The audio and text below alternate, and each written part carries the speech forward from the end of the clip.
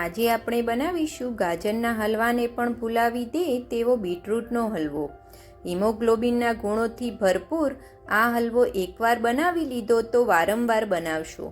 તો તેની માટે આપણને જોઈશે 500 ml દૂધ, થોડાક ડ્રાયફ્રૂટ્સ, અડધી વાટકી ઘી, 150 ગ્રામ મોળો માવો અને 200 ગ્રામ સાકર જોઈશે. આ 500 ગ્રામ બીટને આપણે છોલી અને ખમણીની મદદથી એકદમ સરસ ખમણી લેવાના છે.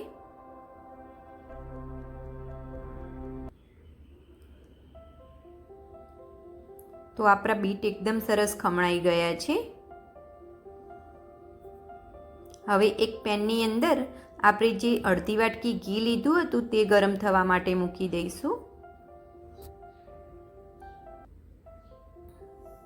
ઘી આપણું ગરમ થઈ જાય એટલે તેની અંદર આપણે જે બીટ ખમણીને રાખ્યા હતા તે અંદર એડ કરી દઈશું. હવે તેને એકદમ સરસ સાતડી લેવાના છે આપણે.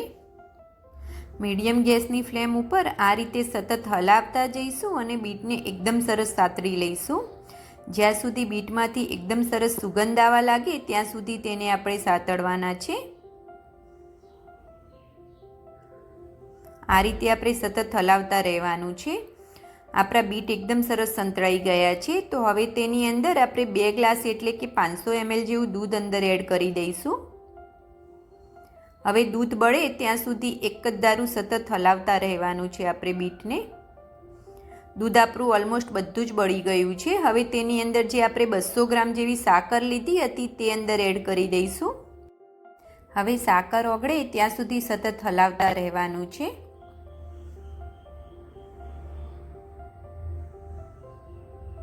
હવે આપણી સાકર પણ એકદમ સરસ ઓગળી ગઈ છે. હવે તેની અંદર આપણે 150 ગ્રામ જેવો મોળો માવો લીધો હતો તે પણ અંદર એડ કરી દઈશું. હવે તેની અંદર જે મેં ડ્રાયફ્રૂટ્સ લીધા હતા તેના ટુકડા કરી દીધા છે તે અંદર એડ કરી દઈશું. અડધી ચમચી જેવો ઇલાયચી પાવડર એડ કરી દઈશું. બધું જ હલાવી અને એકદમ સરસ મિક્સ કરી લેવાનું છે. હવે 2 થી 3 મિનિટ એટલે કે ઘી સરસ છૂટું પડે ત્યાં સુધી થવા દઈશું. તો આપણો સરસ મજાનો બીટરૂટનો હલવો બનીને રેડી છે. તેને ગરમા ગરમ સર્વ કરી દઈશું આપણે. હિમોગ્લોબિનના ગુણોથી ભરપૂર આ હલવો તમે એકવાર બનાવ્યો તો વારંવાર આ જ રીતથી તમે હલવો બનાવશો. તો તમે પણ બનાવી અને ચોક્કસથી ટ્રાય કરજો. Thanks for watching. જય શ્રી કૃષ્ણ.